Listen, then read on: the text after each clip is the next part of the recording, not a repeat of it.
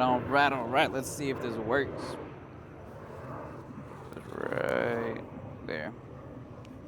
All right. Hey guys, it's Andres, your real estate agent and mortgage broker. I haven't done a video in a while. It's actually probably been a good, let's see, it's September, probably since May, maybe. Um, and so I am here in Washington, D.C. There we go. That guy's now out of the frame. I don't like it when people clearly you have other places to walk through. Like, what? Come on. Anyways, I'm just kidding. So I'm in Washington, D.C. I actually have another Ironman this weekend. I'm doing Ironman Maryland. It's going to be in Cambridge, Maryland, about an hour and a half away from D.C. My uncle lives over here in Baltimore, so I came on a road trip. Okay, that is besides the point. I wanted to do this video um, here at the Martin Luther King Memorial. I'm going to get some slack for this, and it is what it is. It's okay.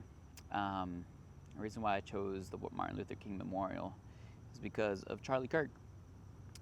Charlie Kirk, as we know, was assassinated last week, about a week ago. I think it was a week ago. I think it was Wednesday. I am comparing the two. I think, and I believe in my heart, that Charlie Kirk was a modern day Martin Luther King. This is besides what they were fighting for, right? They're not fighting for the same thing. You can't compare what they were fighting for. But what I am comparing is the way they went about it, the patience it took Charlie Kirk to have these debates at college campuses, the patience Martin Luther King had when he was leading the boycotts, when he was leading his speeches, when he was living, right? When he was out and about. Regardless of what side you stand on, regardless of how you feel about the matter,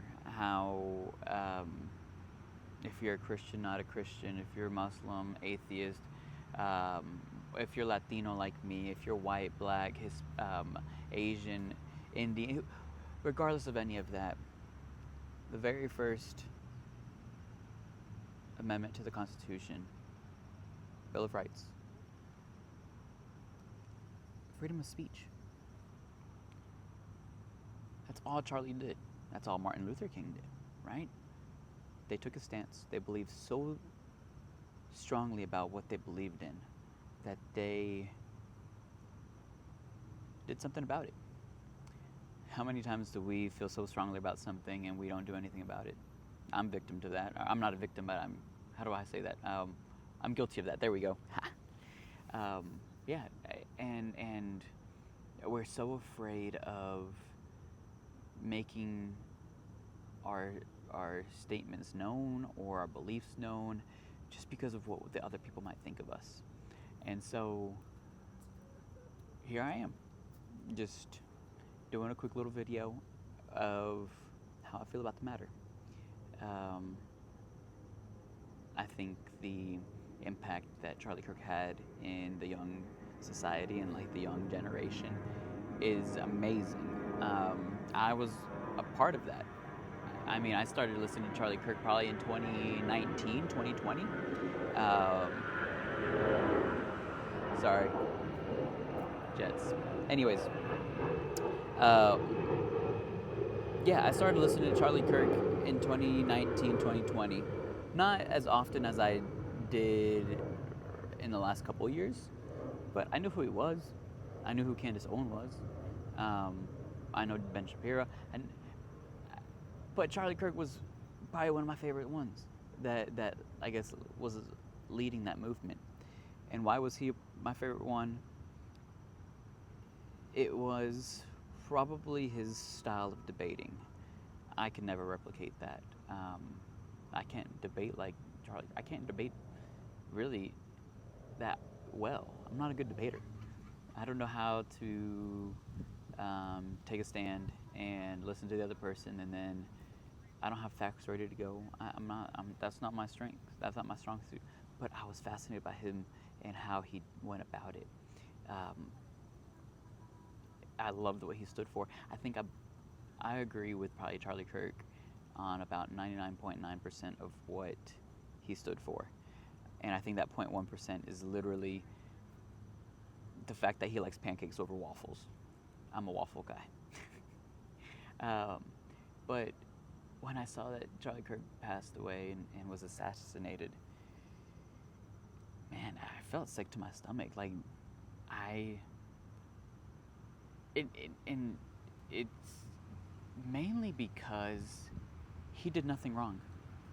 He did what every one of us should do. He did everything right. He did, whether you agree with him or not, he just had a voice and he wasn't afraid to use it. And he gave an opportunity for all of those around him to talk to him about it, to have a discussion. And I know growing up, my mom always said, Andres, you can't talk about religion, you can't talk about politics, and you can't talk about money with anybody. And while I love my mom and my dad, and I love them dearly, I don't agree with that. I wish we had more opportunities to be able to share what we believe in, listen to the other side, whether you agree with them or not. And it's okay if you don't agree with them. My uncle right now calls me a Trumper. I'm sitting in his house right now, and I'm probably, going to get some slack for that, but he's probably not going to watch this video. But he calls me a Trumper, and I'm okay with that. I mean, it is what it is, and I joke around about it. But Theo, I'm a good Trumper. Because he's like, oh, all the Trumpers are bad. But I'm just like, no, I'm a good Trumper. Anyways, I just wanted to share that with you guys. This weekend, we are doing an Ironman. Am I prepared for it? Maybe. Am I feeling a little unmotivated lately? Yeah. I haven't worked out in about a week and a half. Do I feel sluggish today? Yeah. This is going to be number 2 of this year, and probably for a while. I don't think I'm going to be doing another Ironman for a while. My life has taken a turn for the better. I mentioned at the beginning of this video, I'm a mortgage broker now, and I'm processing a few refinances right now. One for them to get cash out and build a house on a land that I sold recently, and another one that he has a 7% interest rate, and now he's going to get a 5.5% interest rate. So we're working on those 2 things right now, and personal life has a little bit of a change in there too, which I'm excited about.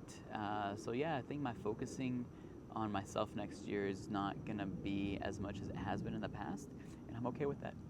I'm embracing it. I'm loving it. We still have one last race for the rest of this year. We have the Ironman, of course, this weekend, and then we have my second attempt at 100 miles in November. So, of course, I'll do a little video before that race.